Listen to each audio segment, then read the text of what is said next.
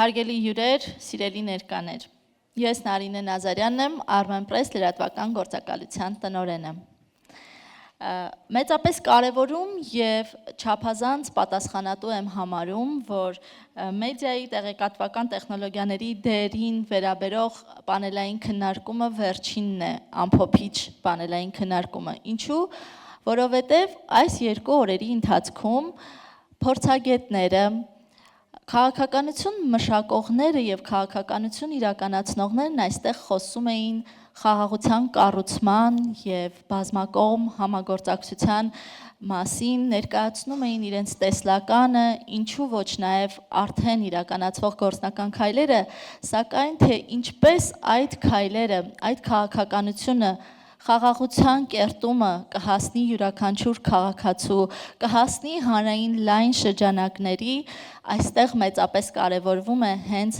մեդիայի դերը։ Այս իմաստով մեծ պատիվ եմ համարում այսօր այս հարթակը կիսել անչափ հեղինակավոր մեր խոսնակների հետ եւ ներկայացնեմ Hovhannes Movsisyan, Հայաստանի հանրային հեռուստաընկերության գործադիր տնօրեն, Leonard Novy, ռազմավարությունների եւ հաղորդակցության խորհրդատու, մեդիայի եւ հաղորդակցության քաղաքականության ինստիտուտի տնօրեն, Գերմանիա,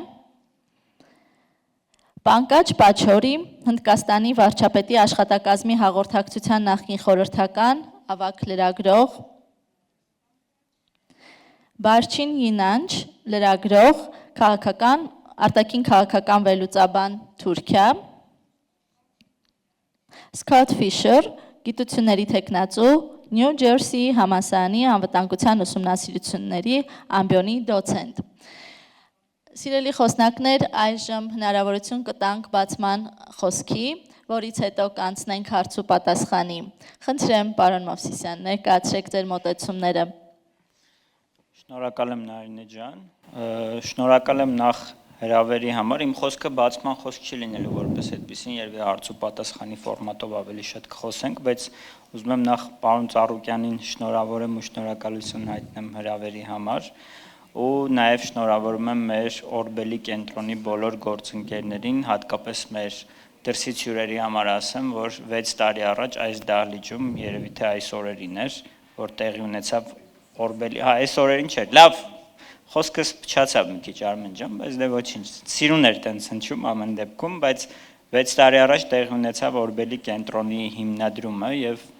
արդեն 6 տարի է մենք ունենք Orbeli կենտրոն ու ես անկեղծ ասած 3 եթերով ցավոք սրտի չկարողացա այստեղ լինեմ, բայց այսօր էլ արդեն հյուրի կարգավիճակով ուզում եմ ասեմ, որ ֆանտաստիկ աշխատանք է կարել թե այս ֆորումը, թե ընդհանրապես ու ձեզանով հպարտանում եմ կողքից ու շնորհավորում եմ բոլորիս Narine ջան մեզ էլ։ Այսքանն է թեմայի առնչությամբ երևի թե արդեն հետո հարց ու պատասխանի ընթացքում։ Սիրով, հնարավորություն տանք բոլոր խոսնակներին ներկայացնելու իրենց տեսլականը, ապա կանցնենք հարց ու պատասխանին, պարոն Novy։ Thank you very much for the kind introduction and let me congratulate the organizers as well for this conference and for actually having this panel on media. This is the last panel today, as Narine already said, and at the same time, I believe it is a super important one. You can argue that this is kind of a, like in a concert, like the send-off song, the closing song.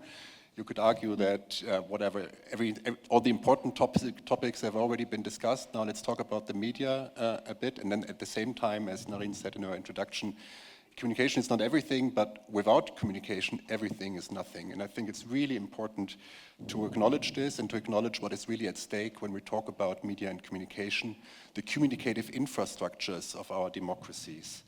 None of the important challenges and the problems that we talked about here today can be addressed, can be meaningfully addressed without trustworthy information. The theme of this conference, building peace, it cannot be accomplished without trust, without shared facts, without reliable information. In that sense, reliable information is not just a commodity, it is really a public good. It is essential for democracies, it is essential for social progress, it is essential for sustainable development. And I would argue that we are meeting here today, we're convening at a time of a profound crisis in information integrity all across the world. And there's a number of factors, and you're all aware of them, that contribute to them. They're all interrelated, intertwined. There's technical factors and, of course, technological change connected to this. There's economic developments and the economic crisis of journalism in many of our societies. The societal factors, people's distrust in journalistic media, polarization, echo chambers, you name it. And there's also political factors, I would argue, in various ways. Political factors in the sense of the rise of authoritarianism and attacks on media freedom and so on, media capture. But I believe the other political factor that we need to talk about in many of our societies is actually political in the sense of political failure to actually act upon these developments in a systemic way, to take seriously these developments, to not just regulate after the fact, but to systematically think about what kind of public infrastructure or communication infrastructure we need today and in the future to hold our democracies alive. So there's a number of factors that come into play. There's a number of crises that are happening, I believe, at the same time. And with AI, all these developments that we've already been seeing with social media platforms and so on, and the effects that they have on public discourse, they're being supercharged. So AI really amplifies all these developments. It might really and very likely, finish off journalism in the way that we know it in many of our societies, eating up all its content, killing its business models for good. It might well supercharge disinformation and manipulation, enabling surveillance, social engineering, and so on. It might. It doesn't necessarily have to, but it might. And power begets new power. We're seeing an incredible consolidation and concentration of power in terms of economic power, but also publishing power. When we talk about the big platforms, we are talking about the biggest publishing houses, not intermediaries, publishing houses, gatekeepers in human history. So this is really what is at stake. And I believe it doesn't have to happen, but we need to do something about it. So decisive action is really needed on various levels. And by the way, maybe my last remark on this undoubtedly requires a multilateral action and cooperation, which this conference is fascinating. I mean, AI, it's not necessarily out there to kill us. You don't have to fall for all the doomsday scenarios, but it might well do on various levels. And in that sense, I believe the analogy between AI and nuclear weapons and so on is actually kind of fitting. We would never let companies that profit from biological weapons or nuclear weapons, we would never let them set the rules for them. And yet this is actually what we're seeing right now. So we need to work on this. We need to work on this multilaterally. We still can, and I'm looking forward to today's discussion.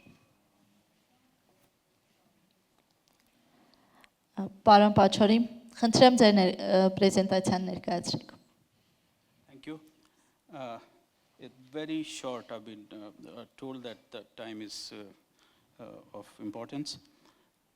We used to have something called what my friend Novy was saying here. We used to have something called the military-industrial complex that loved wars because that's how you sell your goods. Right now, currently, we have something called the international information and AI industry. And I put all that in quotes because when you use information, it could be disinformation and misinformation. We heard the Prime Minister yesterday who talked about that harmony is very boring. Peace is very difficult to talk about and to disseminate. We also heard that peace is undefined and war is defined. Today, the minister was talking about myths and theories which are floating around, even on the subject of this conference, which has been, by the way, organized very well. So what we are up against, and the biggest thing I think we are up against are the social media. One meme, one short video, and one reel, as they are called, can be a setback for this process and can do unwanted damage. And that's because of this situation we are living in, which is something like, we keep talking about climate change, I'll come to that later, but we have a total crisis in information world of the same level as pollution across the world, and the climate which has been changed. So there's chaos, there's challenges, and there could be course correction. And just to quickly go through this thing, so currently we have 8.25 billion people, out of which 8.79 billion people are connected, by the way. More people, there are more phones than the population of the world. Out of which we have individuals using the internet is about 6 billion, out of which 5.66 billion are on social media, which, by the way, is used by 83% of people for their news consumption. The big companies, they want to keep going into new areas because the markets are getting saturated. The markets which have got saturated are Northern Europe, Western Europe, Northern America, Central America. I'm not talking about China, which has a 90% saturation point of connectivity. The only new markets which are coming up where there's some scope of expansion are in South Asia, which is my region, and Africa, Middle Africa and Eastern Africa. So these are the new pastures for the big media companies. And who are these, and what's happening today? You can see what happens on the internet in a single day. That there are 330 billion of emails sent, and there is Facebook posts are like 2.5 billion of Facebook posts. Can you imagine? Half of the people who are on social media are on Facebook, and they are sending stuff every day. And which is nothing compared to what people are consuming on your YouTube lives and the videos. The 1.4 billion hours are streamed in one day across the globe. 24 billion texts are sent. And one thing which I'm not including here is WhatsApp. WhatsApp is out of this consideration because it's encrypted and there's no data available of WhatsApp. It must be with the people who are running WhatsApp, the Meta people, but we don't have anything. So, well, for fun, you have 1.6 billion of Tinder swipes in a day. There are so many lonely people in the world. So, who is winning as this market is increasing exponentially each year?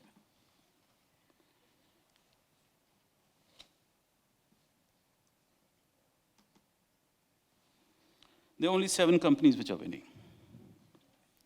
Today, Standard & Poor's has 500 companies listed in the United States. 7 companies have 35% of that market cap. 7 companies out of all these companies. And how are they winning? Their market valuation after COVID has gone up by 233%. They are the largest influencer of societies and politics, and they're all under California laws.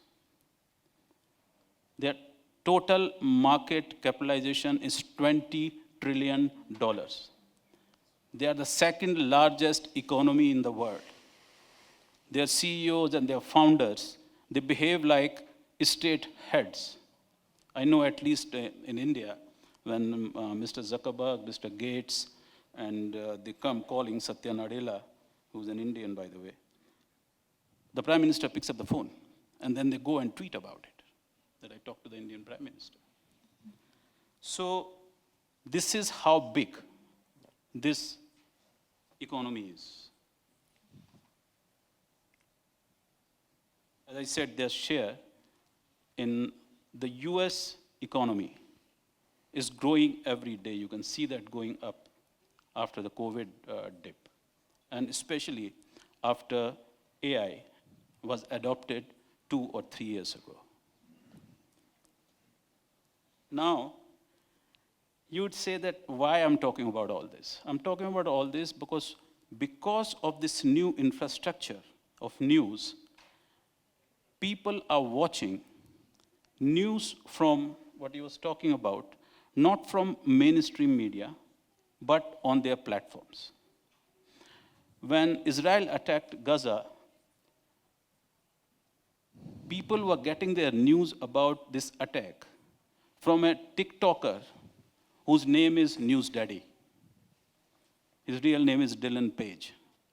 He had 500,000 views live for his TikTok when the BBC and the New York Times had a few thousand people watching live at that time. And that is because of the algorithms. If there is traction, the algorithm changes the traction and more people keep coming to you, and that's how it's done. That a 25-year-old man sitting in a garage in England somewhere is broadcasting to the world the most serious, sincere, and dangerous war which we've seen in the last 2 years. So after the adoption of AI and all these algorithms, democracy is in peril everywhere. You can start a war tomorrow. We've just had a war with Pakistan, and there was one war which was being fought in the air across the border, and there was second war which was being fought on social media in both the countries. And if you don't believe me that this is really, really dangerous for democracy, please listen to Elon Musk. Don't believe me? This is what he did. He bought Twitter for $44 billion before the election. And he claimed that if he had not done that, Trump wouldn't have won this time round. He's on record saying that. But, well, he fell out with his boss, but soon after that, this is what he was doing. Fight back or die. Musk tells UK rally to topple the government. No head of state can say these kind of things, but these people, they behave like head of states. They behave like sovereign, multi-continental communication czars. Same here in Nepal. Across the South Asia, we have seen governments changing in Nepal, in Bangladesh, in Sri Lanka, and in Maldives, just recently. And they were all led by social media groups. And we've had a problem with all our, even if India, even if it tries to be friends with its neighbors, you cannot talk about peace. This is the core subject of this conference. Because the minute I say, I love Pakistan, there will be like 3 million people after my life online. You can't even say anything positive about Pakistan anymore in India. So that's one thing you have to keep in mind when you are talking about this peace process with your neighbors. It's very important that we have to do that. The parliament, Indian parliament is now trying to develop some sort of an AI law. So they had earlier a social media law which didn't work, and this AI law will not work because all these companies are working under the California law. And India's rate doesn't reach there. So either we become like China, we ban everyone and have our own system, but we can't do that because Indian government today has 1,700 apps from your birth registration to your death certificate and everything in between, your college scholarship, your driving license, your passport license, your entry into the airport, everything is on these apps. And there are only 2 companies in the world which make these apps, one on Android and one on iOS. So we've become like, I feel sometimes that we are becoming hostage to some company over which Indian laws have no control. So now this is too dystopian. Okay? Because everyone actually is on TikTok and on Facebook and X, Twitter and all that, and sometimes you have fun. Sometimes you get very good information, which is very useful. Most of the information that you've just seen is actually from these social media. I'm not taking credit for all these things. So what can we do? As civil societies, we can do 3 C's. Number 1, call out misinformation or disinformation. Collaborate with others, like-minded people who like good information online. And the 3rd C is create factual information. Those are the 3 C's as think tanks, as NGOs, as people we can do. And what can the governments do or the regulators do? 3 things. Transparency of the product. How many of you spoke?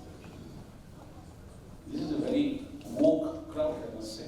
Not one hand went up. So all across the globe, it's written on every packet of cigarettes that it's injurious to your health. So why these great companies who are running this absolutely fabulous video making AI-driven machines, they can't tell me that which content is AI and which content is not AI. You have to just make part of the video, end of the story, or the picture, or the graphic. It's very easy. They have the best brains in the world. Most of them are Indians, by the way. So, simple thing, you watermark that, like on the cigarette packets. Transparency, we have to ask for transparency as government and regulators. Number 2, you can tag. Second T is you can tag the origin of the online information. Which country it's coming from, which area it's coming from. So people who are watching this information, they know that this is coming from not a certified source. So that's the second thing they can do, very easy to do, is the technological thing. And the third is a bit difficult. And I come back to climate now. We as a race are fighting climate change. It has taken us 30 years. We are at COP 30 now. This is the 30th year of fighting that curse of climate change and how to deal with it. We have to find some sort of a treaty across the globe with these companies that what you can do and what you cannot do. We need that kind of groundswell.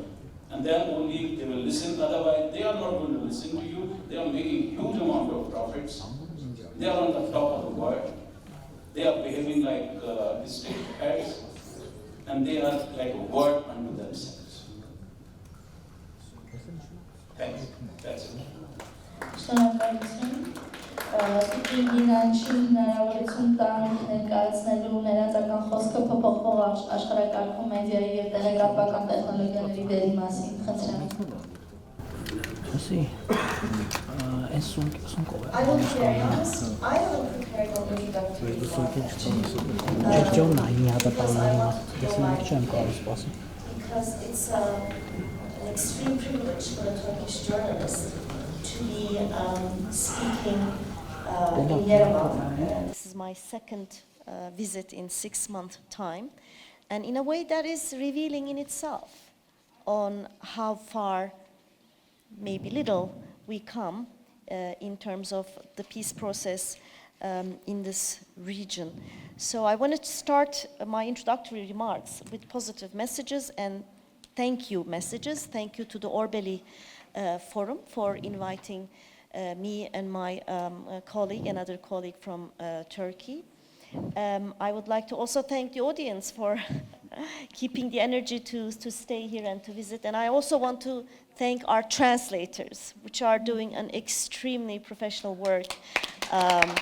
It's been a huge 2 days. Thank you very much, because words matters, the messages matters, and it's very important that we hear the right words.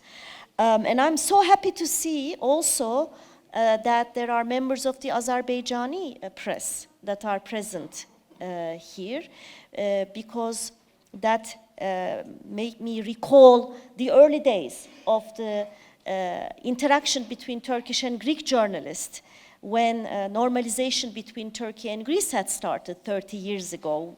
Although we were NATO allies, there was no communication lines, there was no relationship between the media members, but when normalization started, we also started to communicate.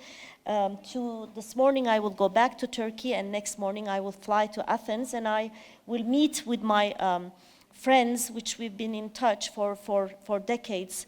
And although this dialogue has not served eliminating problems between Turkey and Greece, over the years, we've seen how precious it was to be in touch with each other, and the fact that the advance in the communication means, the WhatsApp and whatnot had also helped us. And let me share just one more anecdote. We have an organization called Ski Club of International Journalists. We organized a meeting in Turkey, and we had invited all the members, and a French Armenian journalist didn't come because he just didn't want to come to Turkey because of the past historic issues, and perhaps his family had to endure difficult times. Later years, he said, I wish I had come. So the early days are not always so easy. And as I said, the translators have done a great job, so I'm just going to keep it brief because I know that there will be questions which will unfortunately make me speak very pessimistically, but I want to finish my introductory remarks with something positive that made me think yesterday. You're lucky that you are in Armenia, you have a prime minister that comes from our profession, and he said, peace is boring for journalists, right? I mean, it's a motto. Good news is no news, actually. And we journalists, we are always after tension, I mean, peace doesn't make you read, right? It's tension that makes you read. But nowadays, what I think is, we're talking about the end of the Cold War period, the post-Cold War period where it was euphoria, etc. Whereas nowadays we keep talking about the war. I mean, at one stage, perhaps 3 weeks ago, you had 10 or 12 countries in small attack each other, even Thailand and Cambodia, right? Afghanistan, Pakistan, etc. And actually, we journalists, we are after rare commodities, exclusive things, and peace is becoming maybe a rare commodity, right? And so that's why I was saying it's the first time yesterday I've heard the word peace, peace, peace, peace so many times. So let me just stop here with this message because I think you're going to find it overly optimistic. As I said, in the rest of the deliberations, I am not sure I will be so optimistic talking about the difficulties of the changes that are taking place, affecting our lives. Would that be okay? Երբ տասնամյակներ տևած հակամարտությունից հետո գալիս է խաղաղությունը, այն դառնում է էքսկլյուզիվ, այնպես որ այդ իմաստով այո, խաղաղությունը մի բան է, որ լրագրողները այժմ պետք է ընկալեն որպես յուրահատուկ ուղերձ, որը պետք է կոմունիկացնել, եւ դա միայն մեկ երկրի համար չէ, դրանից կշահի տարածաշրջանը եւ դրանից կշահի ողջ աշխարհը բնականաբար։ Պարոն Ֆիշեր, խնդրեմ ձեր ներածական խոսքը։ Thank you very much, and thank you to the organizers for hosting us. One of the subtexts of the whole event has been logistics, and the logistics of pulling off this many people from this many countries, some of them who very recently were adversaries, is impressive. So hats off to the organizers for the job that they did. I realize I'm the last person to speak, so I'm all that stands between you and being finished, and so I will try to be as quick and succinct as possible, but we'll also try to be interesting. And I'm not going to talk so much as I'm going to ask some questions. Towards the end, I will get to proposals that may provide answers, but the answers are for you to give me. I'm merely going to ask that you to consider, right, some of the things I'm going to say. Excuse me. So for my Armenian friends, for the Armenian host, who is active? What country is active in your information environment right now? Who is in your information environment targeting your people, your policies, as it relates to the recent agreements in DC, as it relates to the upcoming elections, as it relates to the possible or proposed, discussed constitutional change? Who is in your environment from the outside right now attempting to influence you? For the Azerbaijani friends, the similar questions. Who is in your information environment right now attempting to pressure you, influence you regarding those agreements, regarding your leadership, regarding your policies? To the Georgians, same thing. Who's attempting to influence you regarding joining the EU? The answers could be people from within the region, countries from within the region targeting others. The answer could be people from outside the region targeting. Apologies to my Russian friends, but perhaps the most salient example. Are there any Russians in your environment attempting to influence you right now for those three countries, for the three countries of the Caucasus? How do you know? How do you know which countries are doing it? How do you know who they're targeting? Which audiences? Are they targeting everybody, or are they only targeting certain people? Diasporan elements, people living in this place but not that place. What are the networks that they're using to target those people? There's one other one. Oh, and what narratives are they using? What narratives are most likely to get people to react, to join, to do what they're attempting to accomplish in terms of their influence? Do you know the answers to these questions? You may. Your governments may know the answer to some of these questions. Your governments in some ways have the right to do this, have the responsibility to know what's occurring in your information environment. And I realize this is a hopeful time, and I apologize for being less than hopeful. But if this is occurring, what can you do? If Yerevan complains to Baku, hey, you're in our information environment, please stop, what likelihood is there for change? Vice versa. If Baku complains about Yerevan, what likelihood is there to be a change? If Tbilisi is complaining about something, what likelihood is there to be change? Imagine again, I apologize to my Russian colleagues, imagine the Russians are active in all of your information environments and you join together to say to Moscow, please stop, don't do that. What's the likelihood you're going to get what you want? Where's the power? That's what I'd like you to consider. In the past, when there's been a ceasefire, it's been very common to have peacekeepers or observers or monitors. Right? Sometimes it occurs under the United Nations. Sometimes it's the participating parties to the conflict. Sometimes it's an outside organization, a supernatural organization. One of the first of these that occurred was at the end of what we say in English as the Korean War. I'm sure my Russian and Chinese friends have different words for it. But at the end of the war in 1953, the UN, the Chinese, the Soviets, the US, and some other countries came together to declare a ceasefire. That ceasefire is still in existence 75 years later. Was it successful?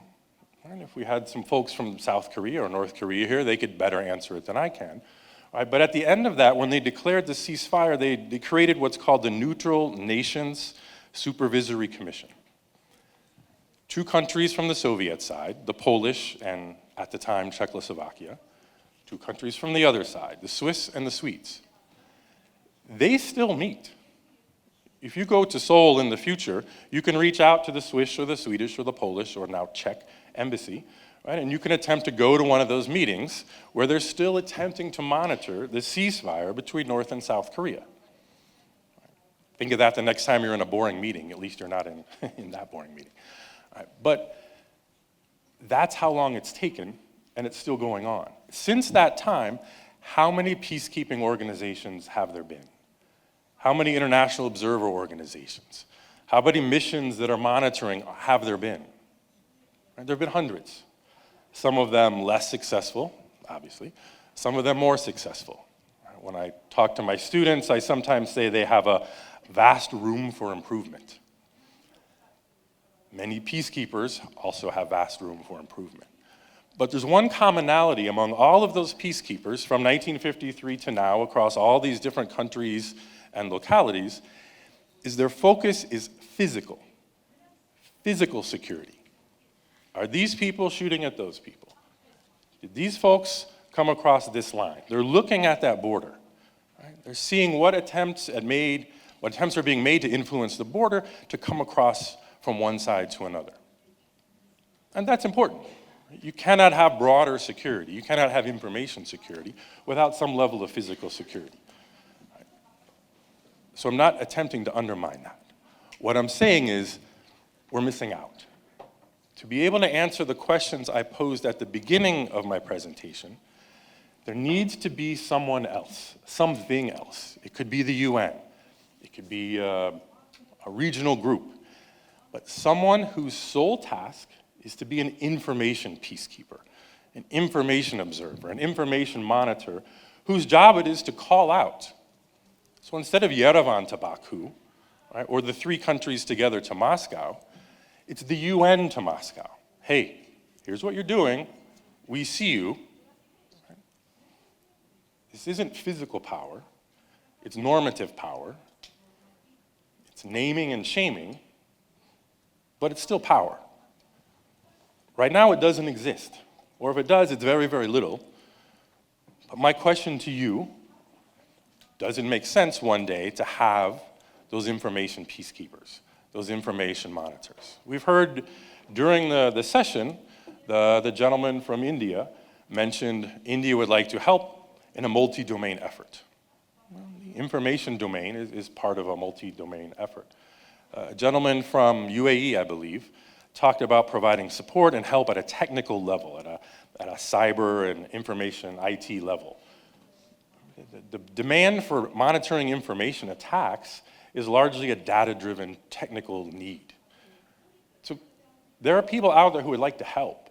The need is clear. The power imbalance is clear. Is it time for information peacekeepers? Thank you. Սիրելի խոսնակներ, շնորհակալություն շատ հետաքրքիր ընդգծումների համար։ Պարոն Ֆիշերի խոսքը մտածելու տեղիք է տալիս, իրոք ապատեղեկատվության, հիբրիդային պատերազմների այս ժամանակաշրջանում խաղաղարարությունը նաև մեդիայում կարող է առանցքային դերակատարություն ձեռք բերել։ Ես այժմ ցանկալի է անցնել հարց ու պատասխանին, ես ունեմ հարցեր մեր խոսնակներին։ Պարոն Movsisyan, ձեզ ցանկանում եմ հարցնել որպես հանրային հեռարձակող տեղեկատվական ամբողջության ապահովման հիմնասյուներից մեկը համարվելով ինչպես եք տեսնում մեդիայի դերը հանրային վստահության կերտման գործում, բևեռացվածության և ապատեղեկատվության այս ժամանակներում։ Շնորհակալ եմ հարցի համար, հիմնասյուն բառը դուրս շետ եկավ։ Տեսեք, ընդհանրապես այս թեմայի շրջանակներում ես կուզեմ խոսել ոչ միայն հանրային մեդիայի, այլև ընդհանրապես մեդիայի ու մեդիայի փոխակերպման մասին, ու ես կուզեմ մի հատ մտովի, ովքեր որ Հայաստանում են բնակվում, մտովի մենք տեղափոխվենք մոտ 5 տարի առաջ, երբ որ մեզ մոտ ուղղակի տեղեկատվական տերոր էր, եւ չգիտեմ կհիշեք թե չէ, բայց մենք ոչ միայն ամեն օր, այլ ամեն ժամյա ռեժիմով տեղեկատվական տերորի պայմաններում էինք ապրում, երբ որ ապատեղեկատվությունները ուղղակի անհնար էր հերքել ընդհանրապես։ Եվ ես հիշում եմ այդ օրերին մենք հանրային հեռուստաընկերությունում ունեինք խնդիր լրատվական թողարկումների ընթացքում անդրադառնալու այդ ամեն ինչին, որովհետև ի վերջո մասսայականորեն մարդկանց ինչ որ բան հասցնելու միջոցներից մեկը այն ժամանակ դեռ հեռուստատեսությունն էր, ես վստահ չեմ, որ հիմա հեռուստատեսությունն է այդ միջոցը, բայց այն ժամանակ կարծում եմ դեռ հեռուստատեսությունն էր, եւ խնդիր կար օպերատիվության, որովհետեւ գործընկերներն էլ քիչ առաջ խոսեցին, որ մենք խնդիր ունենք ընդհանրապես on-line դաշտում ինչպես ենք աշխատում, ինչպես պետք է աշխատենք, այդ հիգիենան ինչպես պետք է լինի, մարդիկ ինչպես են օգտվում, բայց թեման շատ լայն է, վերադառնալով օրինակին, այն ժամանակ մենք հասկացանք, որ ուղղակի պարտվում ենք այն ապատեղեկատվության ալիքին, որը ես վստահորեն կարող եմ ասել Հայաստանի ներսից չէր միայն, չեմ կարող ասել գերակշիռ մասը ներսից էր թե դրսից էր, բայց հաստատ մի մեծ մաս Հայաստանի ներսից չէր, իհարկե հայերլեզու էր հիմնականում։ Բազմաթիվ օրինակներ կհիշենք, երբ մենք Երևանում քայլում էինք եւ փողոցներում տեսնում էինք ինչ վիճակ է եւ հետո մտնում էինք տարբեր սոցցանցեր եւ տեսնում էինք ինչ է այնտեղ կատարվում։ Ես հիշում եմ մեկ անգամ տենց ուղաթիռի պատմություն կար, երբ որ ես այդ փողոցում էի եւ ուղաթիռի նկար էր դրված եւ մեզ համոզում են, որ այդ փողոցում ինչ-որ ուղաթիռ են տեղափոխում, թե ինչ-որ տեխնիկա են տեղափոխում, այսինքն աբսուրդի հասնող ապատեղեկատվություններ ենք մենք տեսել Հայաստանում եւ ի վերջո այդ ապատեղեկատվությունների նպատակն ենք փորձում հասկանալ ինչներ ընդհանրապես նպատակը անընդհատ մարդկանց վախի ու վտանգի զգացողության մեջ պահելն էր, որովհետեւ ըստ էության այդ ապատեղեկատվությունների 99%-ը 1, 2, 3 ժամվա ընթացքում հերկվում էին, բայց մարդկանց մոտ մնում էր անվստահությունը։ Արդյունքում ցավալիորեն կարող եմ ասել, որ մենք Հայաստանում կորցրեցինք վստահությունը մեդիայի հանդեպ, ոչ միայն մեդիայի, այլև ցավալիորեն, քանի որ ես ել եմ լրագրող, հենց լրագրության եւ լրագրողների հանդեպ, եւ արդյունքում ունենք հիմա մի իրավիճակ, երբ շատ հաճախ տարբեր կոնտենտ արտադրողներ, կոնտենտ քրեեյթորներ on-line հարթակներում շատ ավելի վստահելի են դառնում որոշակի դեպքերում, քան լրատվամիջոցները ընդհանրապես։ Եվ այս վտանգը կարծում եմ միայն Հայաստանում չէ, բայց Հայաստանում ես շատ հաճախ եմ հանդիպում ու մեծ ցավ եմ ապրում ընդհանրապես, երբ որ սկսում են լրագրողներին, մարդիկ սկսում են թիրախավորել լրագրողներին, սա աբսուրդ է իմ համար, երբ որ հարց տվող լրագրողը թիրախավորվում է, թե ինչու է այդ հարցերը տալիս, բայց մենք այդ վիճակին ենք հասել տարիների ընթացքում,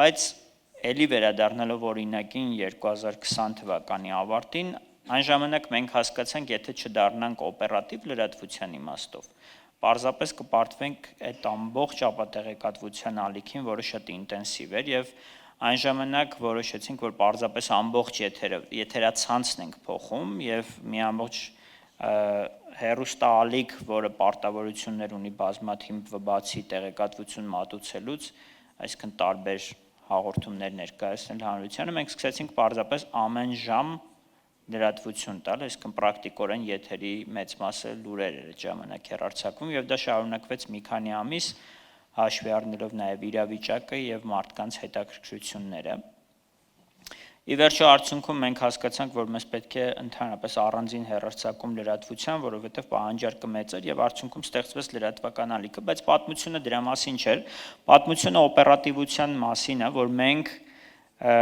ոչ միայն հանրային հեռարձակող, այլև հեռուստաընկերություններ ընդհանրապես այն հեռարձակողները, ովքեր որ on-line դաշտում չեն, իրենք գնալով պարտվում են on-line դաշտին։ Մենք գիտենք բազմաթիվ օրինակներ, քիչ առաջ գործընկերներից էլ օրինակներ բերեցին գազայի դեպքերի հետ կապված սոցցանցերում ինչքան օպերատիվ էին աշխատում եւ ավանդական, այսպես ասած, հեռուստաընկերությունները ինչքան անտեսված էին դիտելիության իմաստով, դա կարծում եմ խորանալու է եւ մենք պետք է հատկապես ավանդական մեդիան պետք է փորձի հասկանա ինչպես պետք է իրեն դրսևորի այն աշխարհում, որ արդեն իրականություն է, բայց մենք պարզապես դեռ շարունակում ենք հին ձևերը օգտագործել որոշակի դեպքերում եւ դրա արդյունքում մենք որպես նաեւ հանրային հեռարձակող պահպանելու համար մեր դերը եւ լսարանը որոշեցինք ամբողջությամբ փոխել ուղղությունը եւ ներդրում կատարել այն ամենի մեջ, ինչ որ չենք արել մինչ այս, դա հասնել բոլոր մարդկանց ու հիմնականում համարվում է երիտասարդ լսարանին, բայց ես կարծում եմ ոչ միայն երիտասարդ, այն մարդկանց, ովքեր որ սոցցանցերում են եւ այնտեղ են ապրում եւ իրենք ընդհանրապես եթեր չեն դիտում, լրատվություն չեն կարդում, այլ իրենք ապրում են տարբեր սոցցանցերում, դա կարող է լինել TikTok, Instagram, Facebook, միգուցե Facebook-ը թույլ է հիմա Telegram եւ մնացած ընդհանրապես բոլոր տեղերը եւ նաեւ ուսումնասիրություն իրականացրեցինք, որպեսզի հասկանանք, թե ինչ են մարդիկ դիտում ընդհանրապես, հատկապես երիտասարդությունը, որի տոկոսայնությունը մեր հեռուստադիտողների շրջանում ամենակիչն է, կարծում եմ դա ընդհանրապես հեռուստատեսությունում է այդպես եւ ի վերջո մենք հիմա հասկացել ենք, որ ապագա կոնտենտը դա շատ կարճ, միգուցե մինչև 1, միգուցե մինչև 3 տարբեր տեսակետներ կան, հորիզոնտալ տեսանյութերն են։ Այսինքն մեր պատկերացրած ռիլզերը եւ այսպես շարունակ։ Եվ հիմա արդեն չամաչելով, որովհետեւ ապագան դրանն է, կարող ենք ասել, որ հանրային հեռուստաընկերությունը այդտեղ ներդրումներ է կատարում, մենք մի ամբողջ արտադրական թիմ ենք ստեղծել, առանձին ալիք ունենք այս ամեն ինչի մասով, մենք դեռ լրատվություն չենք մատուցում, որովհետև վստահ չենք, որ այն մարդիկ, ովքեր սպառում են այդ կոնտենտը, իրենք լրատվության կարիք զգում են հիմա, բայց արդեն ուսումնասիրում ենք ու դա ցույց է տալիս, որ Հայաստանում գնալով այդ մինչև 1 րոպեանոց այդ հորիզոնտալ ֆորմատի տեսանյութերը գնալով ավելի շատ են դիտում, վստահ եմ, այստեղ մարդիկ, ովքեր որ երեխաներ ունեն, կամ առնչվում են երեխաների հետ, վստահ եմ տեսել են, թե ինչպես են երեխաները օգտվում այս ամեն ինչից, ընդհանրապես ինֆորմացիան ինչպես են ստանում։ Այ մենք տեսնում ենք իրենք ինչպես են ինֆորմացիան ստանում եւ հասկանում ենք ովքեր են հանրային հեռուստաընկերության սպառողները ապագայում։ Իրենք են սպառողները եւ մենք կարող ենք քարացած լինել, կարող ենք ասել, չէ, դա այդպես չի լինելու, մեկը հեռուստացույց են միացնելու, Նարինե ջան, դուք կարող եք ասել մտնելու են մեր կայք կամ ոդքասթն են լսելու, բայց եթե շատ անկեղծ լինենք մեզ հետ, դա այդպես չի լինելու։ Մենք բոլորս էլ հասկանում ենք, որ ամեն ինչ փոխվելու է շատ արագ, ինչպես փոխվել է շատ ավելի առաջ ու միգուցե ավելի դանդաղ, բայց հիմա ամեն ինչ շատ ավելի արագ է փոխվում։ Եվ ի վերջո բոլորս տեղափոխվելու ենք մի աշխարհ, որտեղ այնքան արագ ամեն ինչ փոխվում, որ հիմա կարող է լինել հորիզոնտալ տեսանյութը մինչև 1 կամ 3 րոպեանոց, վաղը կարող է ընդհանրապես ուրիշ բան լինել։ Մենք ունենք վիրտուալ իրականություն եւ այդպես շարունակ, բայց մեկ այլ շատ կարևոր բան էլ կա, սա հատկապես Հայաստանի մասով, դա արհեստական բանականությունն է, որով մենք մի շարք փորձարկումներ հիմա իրականացնում ենք ու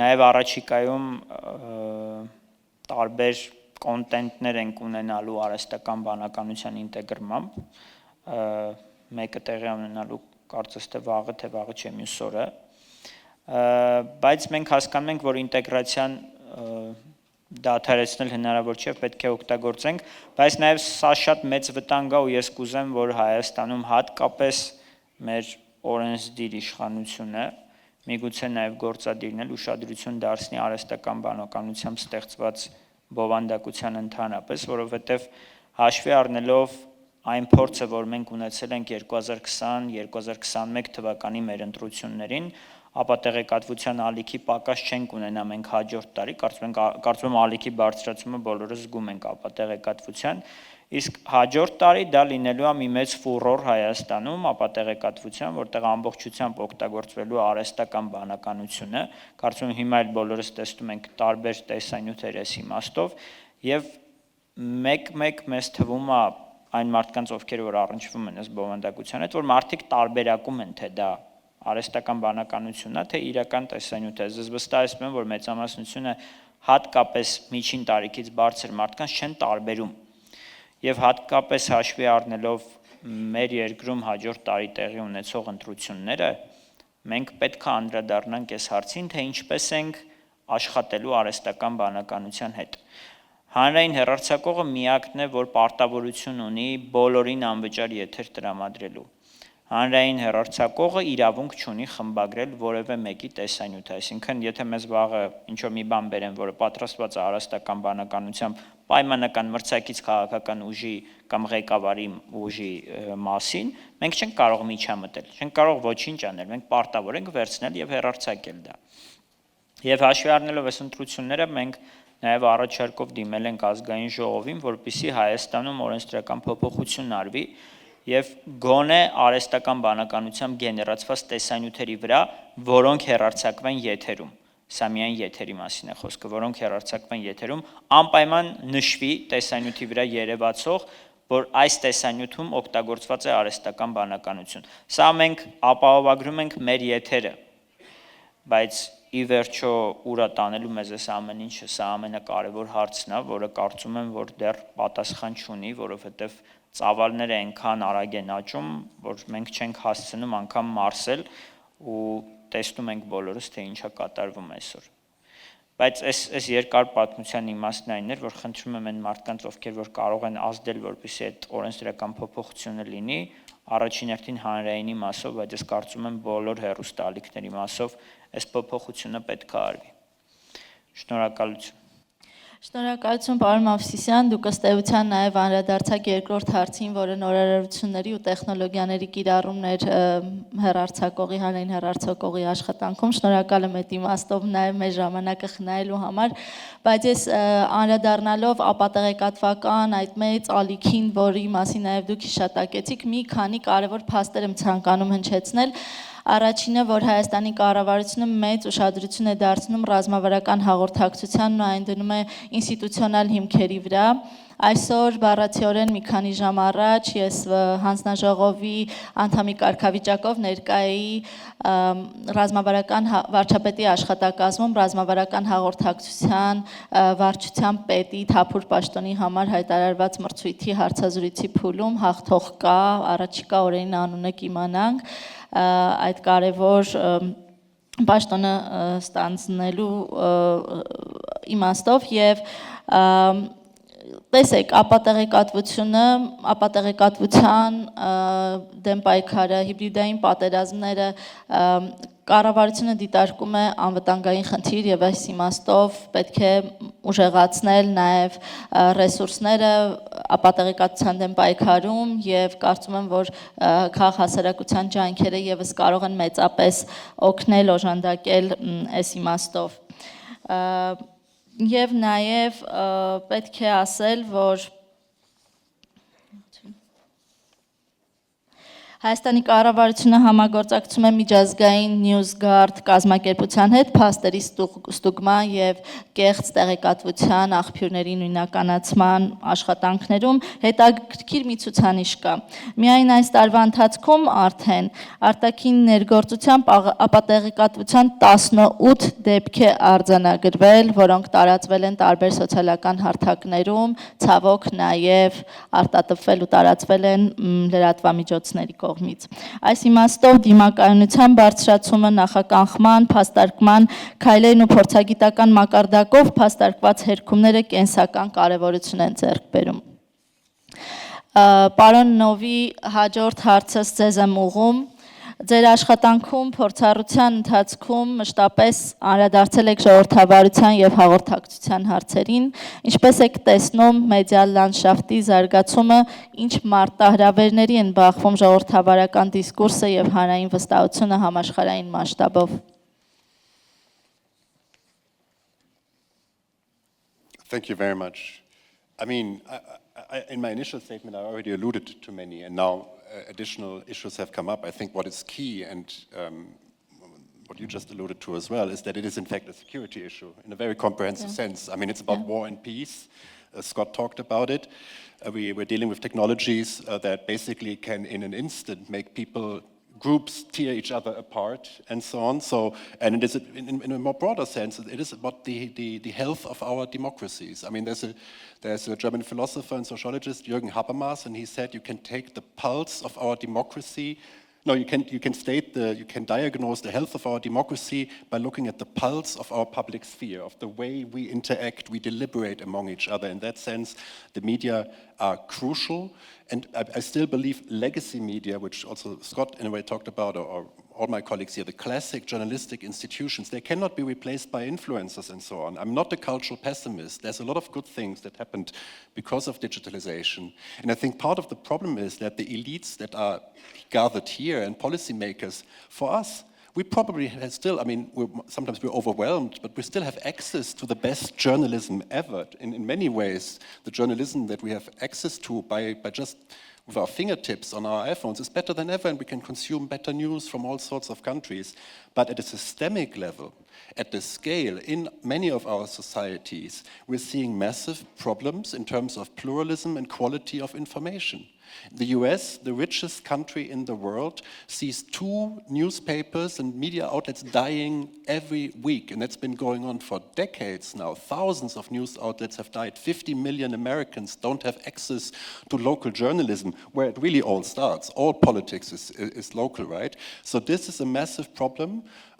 Part of a huge reason for this is the asymmetry between journalistic organizations and the platforms. 3 platforms alone, Meta, Alphabet and Amazon, get 50% of the advertising revenue. So whatever funding source you look at for quality journalism with established normative journalistic standards and so on, which deals with topics that are not so easily to monetize, whatever funding source you look at, advertisements, subscriptions, or public funding from philanthropy, from the state in ways, every funding source is going down wherever you look in most of our countries. Also in Armenia and Moldova and Georgia, in the region here, as far as I'm concerned, looked at Fak.tv and others, philanthropy is going down. So there is a massive problem, and there is no quick fix of it, for it, of course. We touched upon many of potential solutions. I mean, in the end, it's really about epistemic security, you know, in very many ways. And we haven't talked about what will happen when AI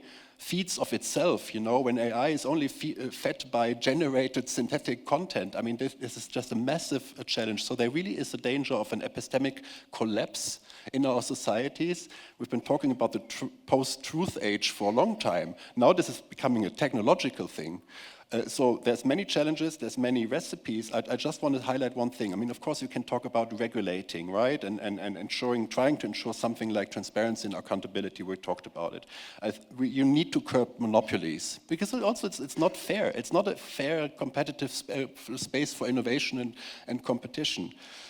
We need to talk about epistemic security also at the level not only of institutions, and I find Scott's point really interesting with the peacekeeping, but also at the human level, cognitive resilience, educating our societies to deal with these developments, to be able to detect deepfakes and so on. But what we cannot forget, and this is what I mean, we cannot just, you know, react to these developments and regulate after the fact. We need to proactively shape the media systems that we want to live in. And we need to strategically think about, as societies, what kind of journalism do we actually need in our societies if we believe that it's a public good and not just a commodity. And that means we need to think about new ways to finance journalism. And this also includes public financing by the state. You need to, of course, ensure that it's independent from state influence. But I believe, and I'm coming to an end, sorry, but public broadcasting, and it's very often very old institutions, at least in my society, you know, built after the war, and it's considered outdated and so on. If public broadcasting, public financing of journalism is key to the solution, because public broadcasters are by definition, they're our media as societies. They don't address audiences as consumers. They're not selling anything to them. They address them as citizens of a society. There's a categorical difference there. And now the question is just, how do you build this, how do you develop this for the digital age? What does it mean in terms of actually engaging with audiences, in terms of accountability and governance, and in terms of harnessing the potential of new technologies? These technologies and infrastructures, that's the lever that we have. I do believe, coming back to the United Nations proposal and so on, we need to think about alternatives to big tech. We need to build infrastructures that are separate from these commercial interests. That's a long shot, but at the EU level, we're working on it, and we need to continue doing so. It takes a lot of effort, will take a lot of money. It won't solve all of the problems, but it's part of the solution. Շնորհակալություն։ Պարոն Pachauri, հաջորդ հարցս ձեզ եմ ուղղում։ Դուք ներսից եք տեսել եւ լրագրությունը եւ պաշտոնական հաղորդակցությունը։ Ինչ դասեր կարելի է քաղել ճգնաժամային իրավիճակում թափանցիկության եւ ռազմավարական հաղորդակցության հավասարակշռության առնչությամբ։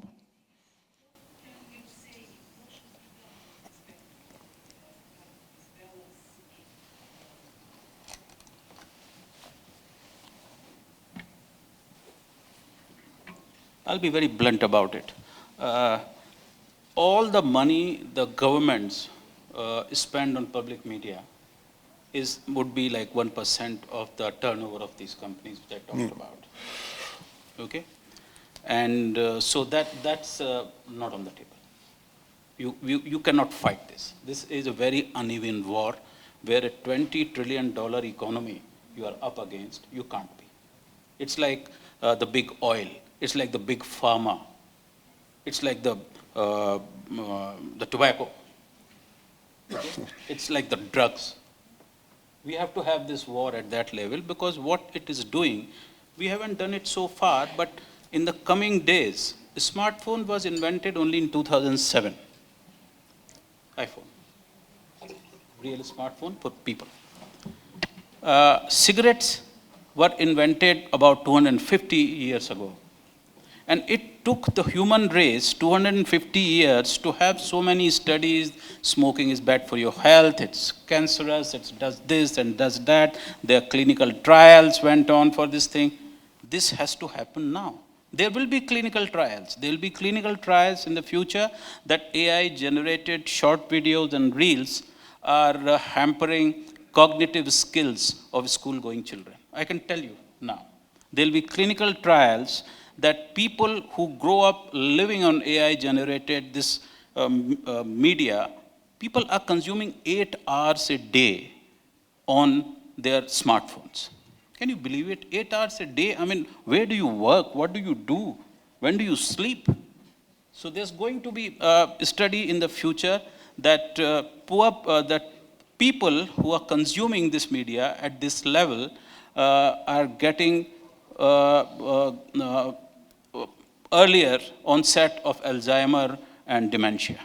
There's going to be this. I can see it happening now, as we did in the tobacco industry. So the only way out from this is that they have to be responsible. They have to be made responsible. That this is your product. I want to see. We keep fighting with things that how much sugar is in a child's soft drink. And it's written there. This much glucose, this much this, this much this. Why not on your video, which you are selling, as he said, as a product to consumers? They are not talking to citizens of the country. So that we have to do again. In the end, good story. I'll just end on that. And the good story is that these people can be beaten. And the result came today. Zoran Mamdani beat $22 million on media, which was donated by 28 millionaires living in New York City, because he had good content. He was not selling a dream. He had a solid pitch, and he was going on that pitch. Everything was against him. He was a Muslim. He was a migrant. Yes, on the positive pitch. But, and the big but there is, Zoran Mamdani had some of the best content creators with him. His mother is a celebrated Hollywood producer. Not many candidates have that. Okay? He had the best of the best working for him from the entertainment industry. If you see his videos, they are like polished, absolutely great stuff. But it can be done. If we come together and we raise our voice about these three things: transparency, tagging. You're talking about this United Nations sort of a thing. That is possible only on tagging. I mean, why you are, naming poor Russians? It would be some Estonian, who's using some IP address in Russia and he's doing it. We don't know he's sitting in Lithuania or Indonesia for that matter, or Vietnam. We don't know.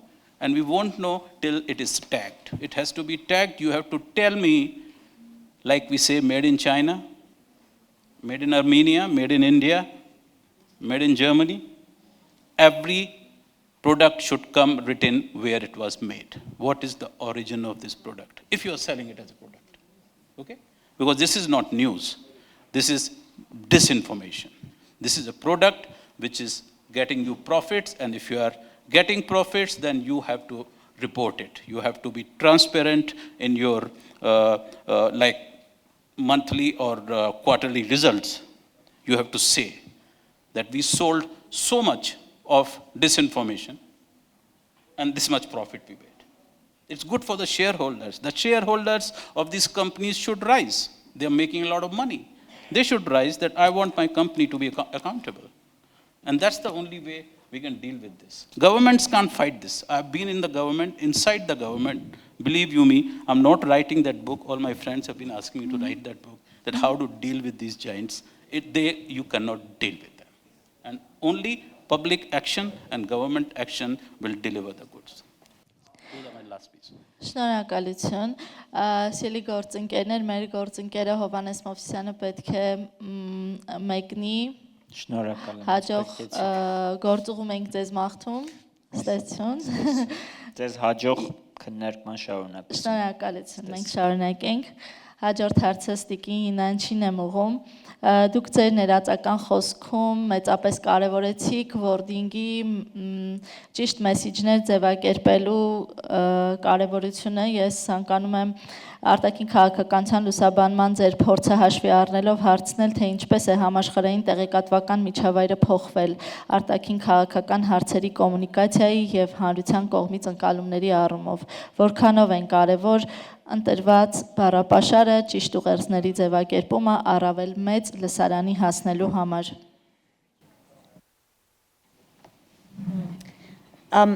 Let me try to answer this by saying how it is easier for governments to manipulate foreign policy issues easier compared to other issues.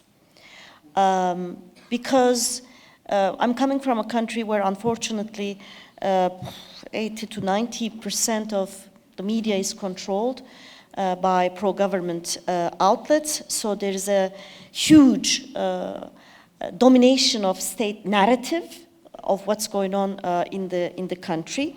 But what happens is that no matter how rosy picture they create on economics, at the end of the day, people feel it on their pockets.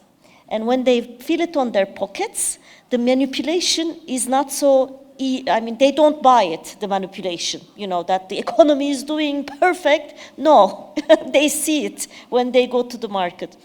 But on foreign policy issues, it's not so easy to debunk the manipulation, Their perceptions are much more important, and it's not so easy to debunk it concretely, You just give pictures, etc., and people are. It's easier for people to buy it, and I would like to continue on where my colleagues have left, if you permit me.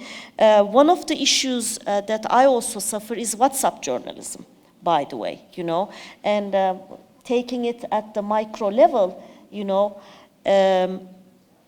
I will echo what Leonard has said.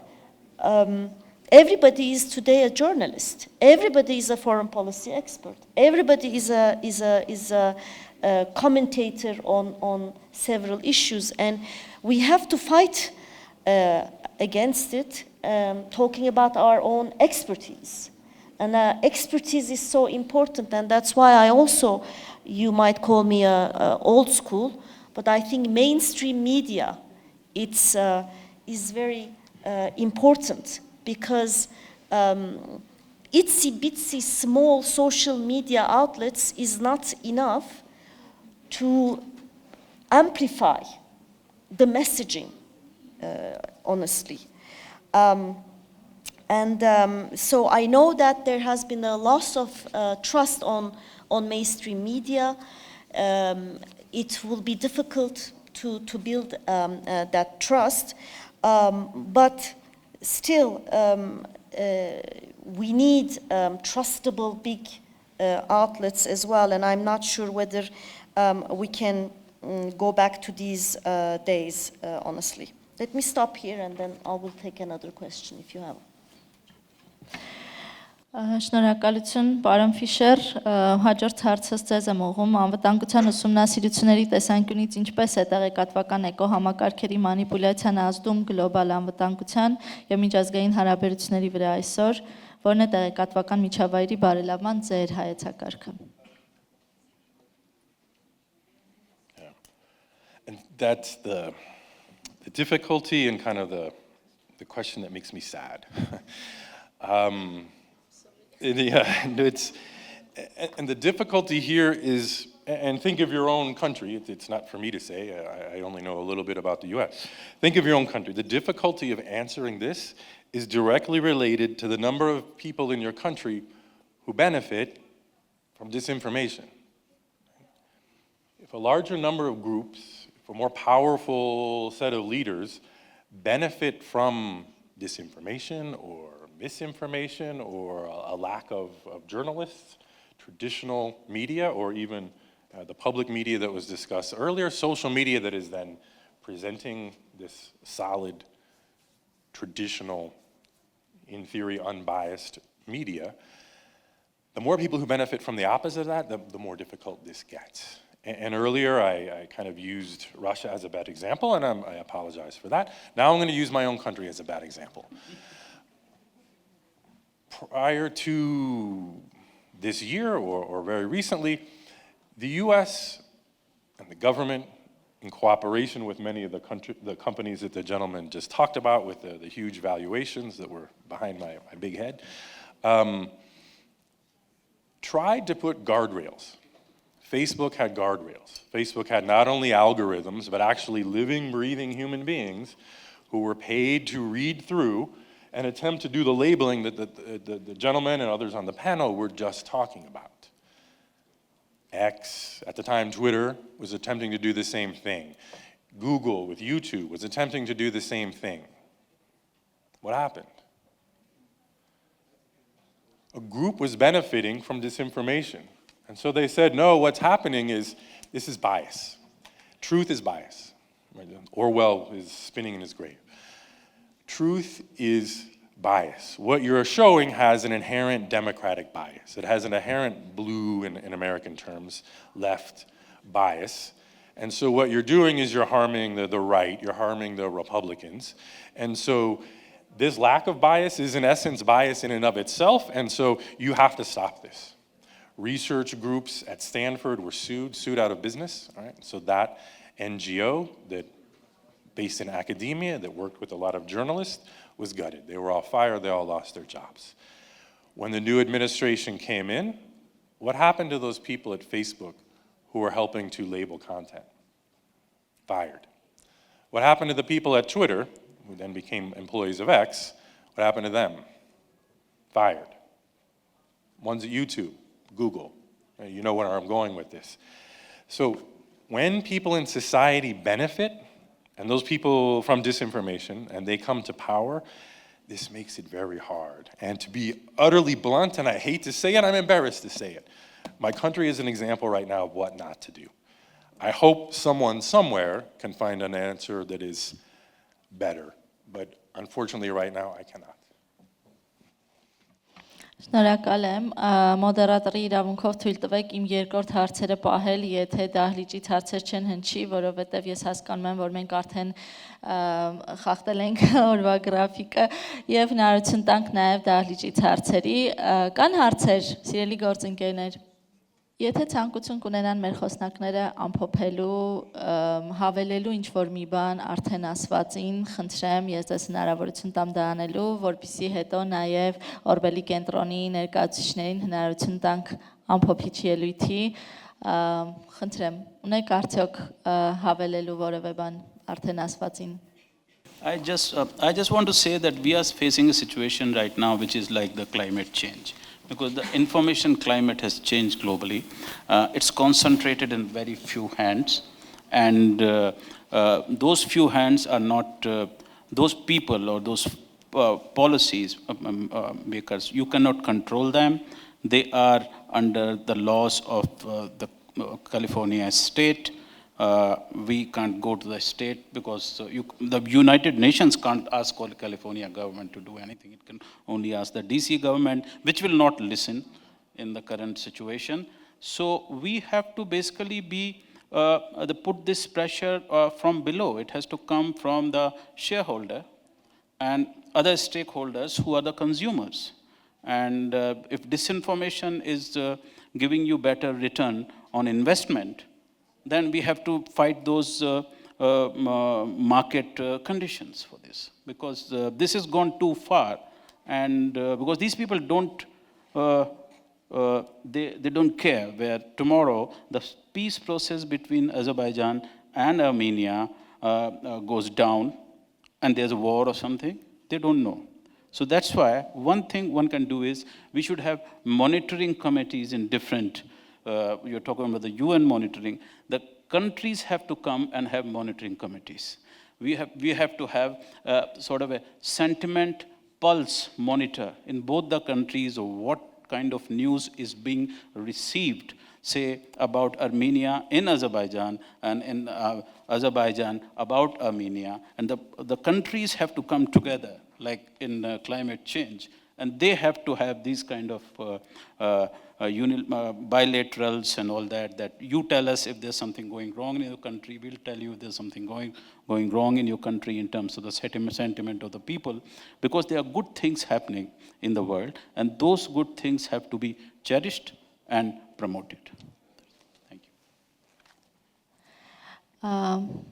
Ունեք ավելացնելու որևէ այլ բան։ Թույլ տվեք ես ամփոփեմ այն բոլոր մարտահրավերներին, որոնց բախվում է մեդիան ամբողջ աշխարհում, ապա տեղեկատվություն, հիբրիդային պատերազմներ, մարդ մեդիաների ի հայտ գալը, որի մասին մեր խոսնակներն էլ հիշատակեցին, այս ամենի մեջ պետք է երբեք չմոռանալ, որ լրատվության մեջ եւս գործում է բժշկության ոսկե կանոնը՝ մի վնասիր, եւ յուրաքանչյուրս մեր տեղում, յուրաքանչյուրս մեր աշխատանքով պետք է լինենք խաղաղարարներ, խաղաղապահներ։ Շնորհակալ եմ սիրելի խոսնակներ, ձեր շատ կարևոր ընդգծումների համար։ Շնորհակալ եմ Օրբելի կենտրոնին, իրոք հրաշալի, իրոք շատ կարևոր, շատ արդյունավետ, շատ մասշտաբային այս ֆորումը կազմակերպելու համար եւ իհարկե շնորհակալություն մոդերատորի պատվին արժանացնելու համար։ Շնորհակալություն։